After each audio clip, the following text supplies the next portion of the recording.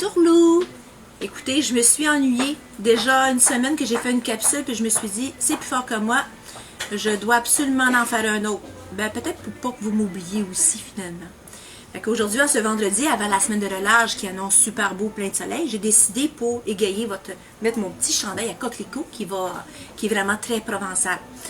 Donc aujourd'hui, bon, pour faire une histoire courte, on va arrêter ça là. Donc on va parler de vinaigre aujourd'hui. On va parler de vinaigre de bagnole.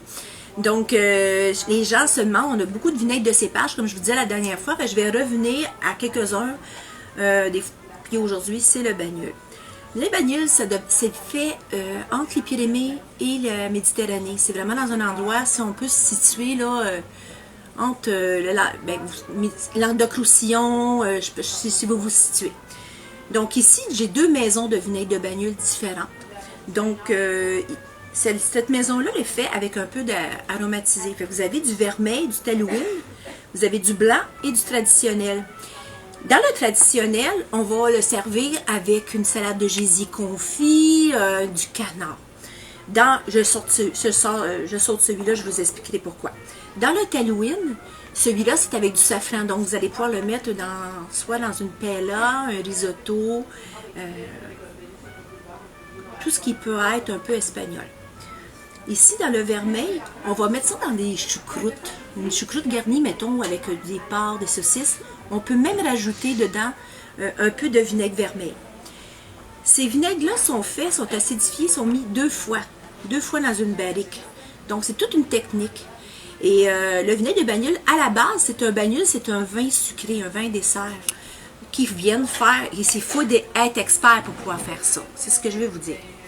Vous avez ici un bagnole, un autre vinaigre de bagnole d'une autre maison, qui est à peu près 12 ans dans une barrique. On dit environ 12 ans. Vous savez que les âges, je ne suis pas forte là-dessus, parce que je ne voudrais pas vous mentir. Donc, c'est à peu près 12 ans d'âge, donc ça y fait vous avez tout le choix qu'il vous faut.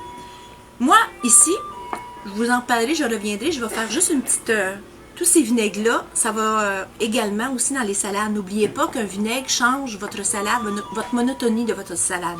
Toujours un tiers de vinaigre pour 2-3 portions d'huile d'olive. Ça, c'est la base, vous le savez, et ça fait une belle salade. Fait que vous pouvez en utiliser plein. Avant de revenir au bagnole, ce que je voulais vous dire, je voulais aussi vous parler un petit topo sur les huiles d'olive et des augmentations de prix pour cette année. Je sais que nous avons perdu 40% en Espagne, 40% en Italie, à peu près de la récolte d'huile d'olive, et environ 80% en France. Donc, j'aimerais juste aviser tout le monde de ne pas se surprendre de l'augmentation de l'huile d'olive cette année, parce qu'il y a vraiment beaucoup de pertes de récolte, ce qui fait que, bon, vous savez, ça peut prendre de 4 à 6 kilos pour faire un litre d'huile d'olive. Donc, imaginez quand on perd des récoltes, la catastrophe que ça donne sur le marché. Donc, surveillez bien comme il faut. Quand vous allez acheter une huile d'olive, allez aux bons endroits pour vous faire vraiment conseiller comme il faut. Vous allez dire, ben oui, je parle pour nous. Nous, je pense qu'on est on a un énorme choix d'huile d'olive ici, plus de 200 sortes.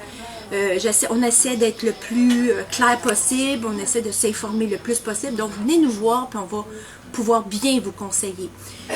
Je voulais juste faire un clin d'œil que j'ai reçu ma nouvelle récolte d'huile d'olive cette année. On est toujours en attente. À chaque fois qu'elle arrive, on est toujours bien énervé. Cette année, elle est excellente. Naturellement, elle est plus chère que l'année passée, due à la cause de 35 à 40% de perte d'olive.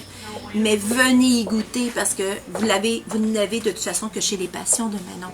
Donc, si vous voulez goûter, c'est ici qu'il faut vous passer. Ou bien non, chez des amis, parce que sûrement des amis peuvent vous la faire découvrir. Pour terminer, si je fais un retour sur les vinaigres de bagnole, ce que je vais vous dire, ben, ce petit vinaigre de bagnole-là, le blanc, vous savez que vous mangez, les amateurs là, qui mangent les huîtres là, avec le citron et tout, là, ben, dites-vous que une petite goutte, comme ça, là j'y vais doucement, là je la bois comme ça, mais imaginez sur une huître, c'est incroyablement bon. Même pour ceux qui en mangent même pas, vont aimer ça. Alors, privez-vous pas, venez nous voir. Je vous souhaite une excellente semaine de relâche. Amusez-vous, allez dehors, jouez et bien manger. Au revoir.